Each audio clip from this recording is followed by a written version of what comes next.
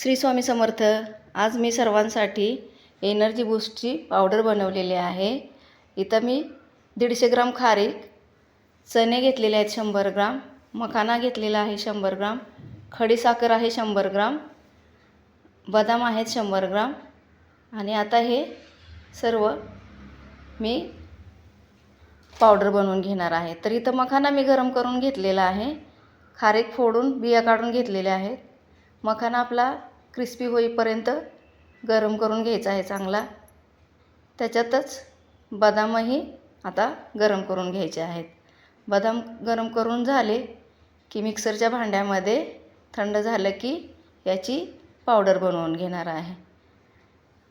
तर ही पावडर खूपच एनर्जी आणि कितीही काम केलं तरी थकान होत नाही। 1 चमचा फक्त दुधामध्ये मिक्स करून घ्या किंवा पाण्यामध्ये, तर तयार झालेली आहे आपली एनर्जी बूस्टची पावडर।